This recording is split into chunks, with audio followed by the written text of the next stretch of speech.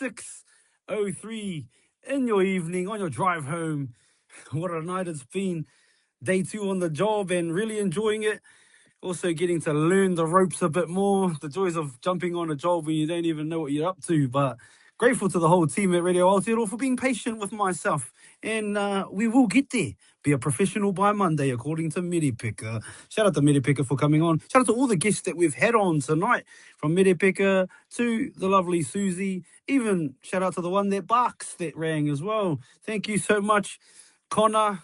Lisa. Even JD, Lisa. Grateful.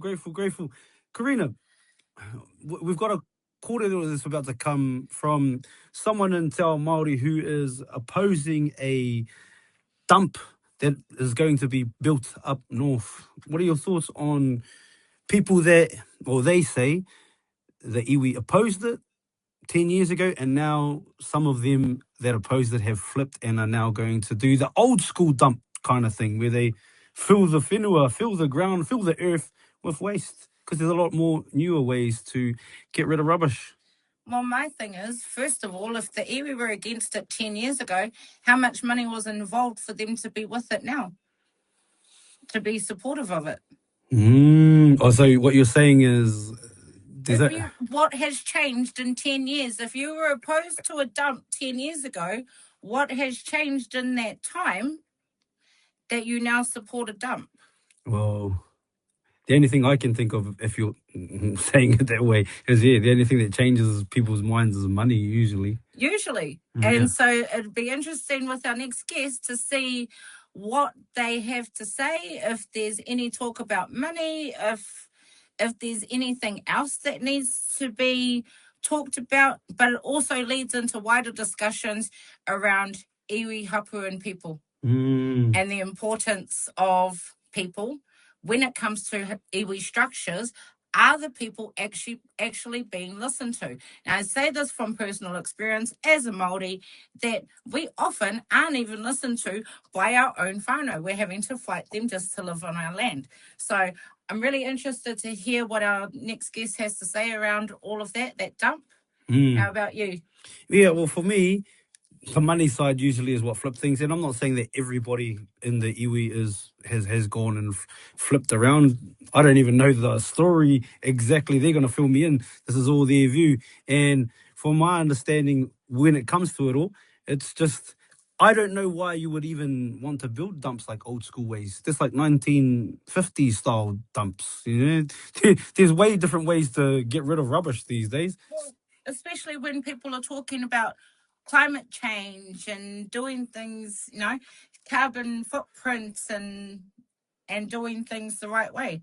Why are we looking at just burying things? And as we're looking at the headlines they have here, there's huge concern that this dump will pollute the Kaipara Harbour, which is not good. There's also people that are saying their marae is right on the edge of these waterways where it will be polluted. Which if we're Māori, right, protecting the taiao should be very important, the environment. Yeah, absolutely. But that should be important to everybody regardless, you know what I mean?